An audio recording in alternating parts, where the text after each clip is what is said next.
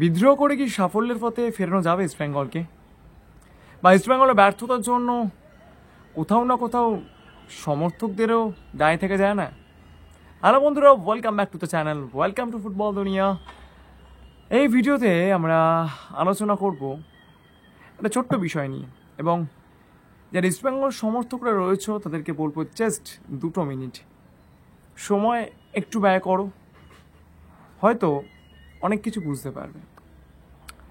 ইস্টবেঙ্গল ব্যর্থ, লাস্ট 22 বছর ধরে ব্যর্থ, এবং আইএসএলে বিগত 5 বছর ধরে তারা ব্যর্থ।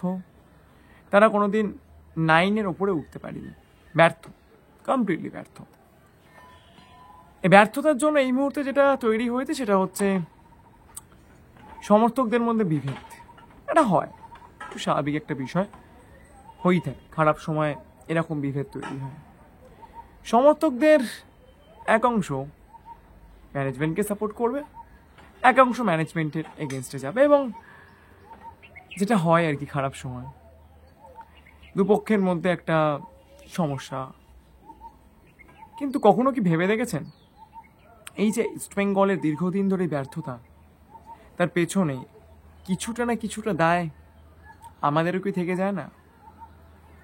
প্রথমত, এই বছর ধরুন যখন টিমটা করা হলো, আমরা ভাবলাম খুব ভালো টিম হয়েছে, আনোয়ার আলীকে নিয়ে আসা হলো, চিকসান সিং আসলো, আমরা মেতে উঠলাম।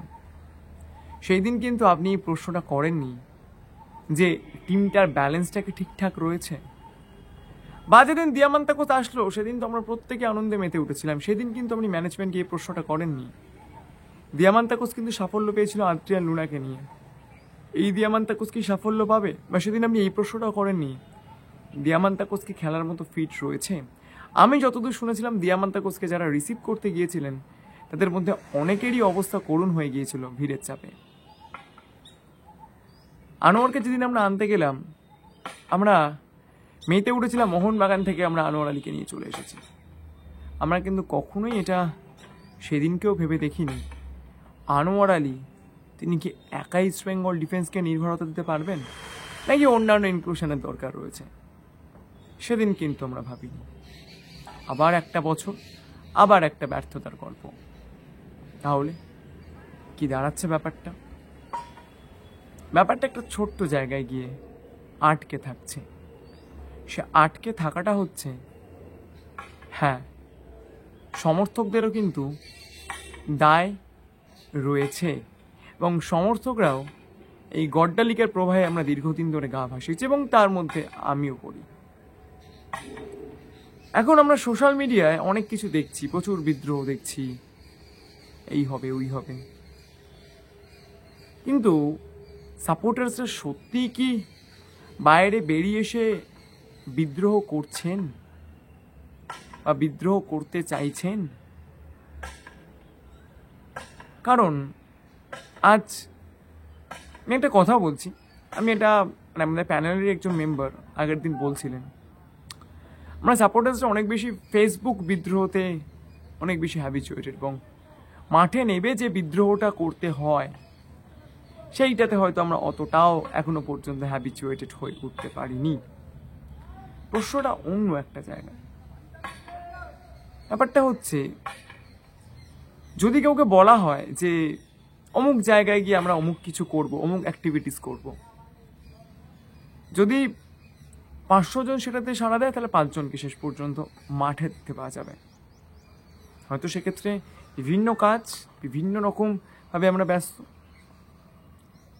তো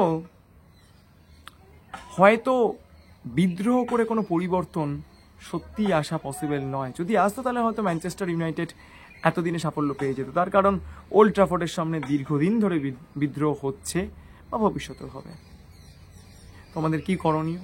আসুন সবাই, আমাদের একটা ছোট্ট প্ল্যাটফর্ম রয়েছে, এই প্ল্যাটফর্মের মাধ্যমে আমরা আমাদের বক্তব্যটাকে তুলে ধরি। আজকে রাতে আমরা লাইভ করছি, এবং আমরা সুষ্ঠুভাবে নিজেদের মধ্যে সৌহার্দ্য বজায় রেখে, এবং অবশ্যই প্রকৃত ভাষায়, প্রকৃত ল্যাঙ্গুয়েজে আমরা আমাদের কথাগুলো তুলে ধরব।